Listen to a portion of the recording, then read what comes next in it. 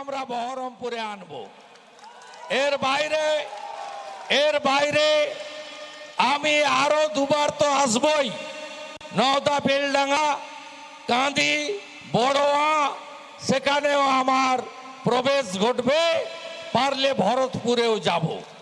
তাই এই নির্বাচনে আমাদের সর্বশক্তি আমরা এখানে প্রয়োগ করব এবং ডাক্তার নির্মল সাহা এই কেন্দ্রে জিতবে। আমার যদি নির্বাচনী অভিজ্ঞতা ভুল না হয়ে থাকে, আমার যদি মুর্শিদাবাদ জেলায় নিবিড় সংযোগ থেকে থাকে, আমি দায়িত্ব নিয়ে বলছি লড়াইটা হচ্ছে দ্বিতীয় আর তৃতীয় কে হবে তার জন্য। 1 নম্বর স্থানের জন্য কোনো লড়াই নেই। আমি আপনাদের শুধু বলবো, যারা আজকে এসেছেন বুথগুলোকে ৯-৯০ করতে পারবেন তো? আর যারা ভয়ে বেরোতে পারবেন না, ওদের চোখ মারবেন, ভিতরে গিয়ে পদ্মে টিপবেন। আমি কথা দিয়ে যাচ্ছি পঞ্চায়েত যেভাবে করেছে ওরা, এই ভোট সেইভাবে করতে পারবে না।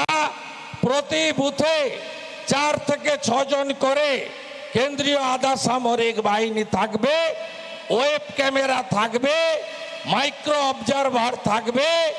আপনাদের ভোট চুরি করে নেওয়ার সুযোগ তোলামূল পার্টিকে আমরা দেব না। এই নির্বাচনে আমাদের বিরোধী কারা?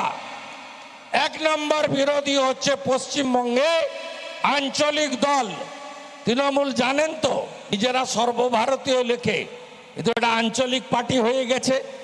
জানেন, ত্রিপুরা, মেঘালয় আর মণিপুরে ভোটের পরে আমি অবজেকশন করেছিলাম ইলেকশন কমিশনে।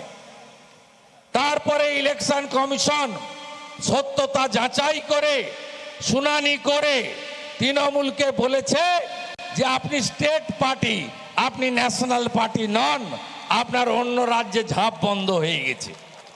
তাই লড়াইটা আঞ্চলিক তৃণমূলের সঙ্গে। তৃণমূল কত সিটে লড়ছে? বাংলার 42, আসামের 1, মেঘালয়ের 1।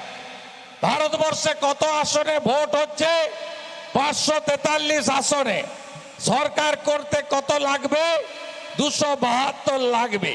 45-এ 5টা জিতবে কিনা ঠিক নেই, প্রধানমন্ত্রী হবে। বাংলার মেয়েকে নাকি প্রধানমন্ত্রী করবে। যেদিন গরুর গাড়িতে হেডলাইট লাগবে অথবা স্যান্ডো গেঞ্জিতে বুক পকেটের দরকার হবে, সেদিনই পিসি প্রধানমন্ত্রী হবে। তার আগে হওয়ার কোনো সুযোগ নাই। আমরা বহিরাগত বলি না। এই তোলামূল আমাদের প্রধানমন্ত্রীকে গুজরাটি বলে, অমিত শাহজিকে গুজরাটি বলে, বিহারিদের হিন্দি স্পিকিং বলে, এদের এমএলএ বলাগড়ের বলে এক বিহারি 100 বিমারি। এদের একজন নেতা তিনি বলেন প্রধানমন্ত্রী তেলি সমগ্র ওবিসি সমাজকে অপমান করে।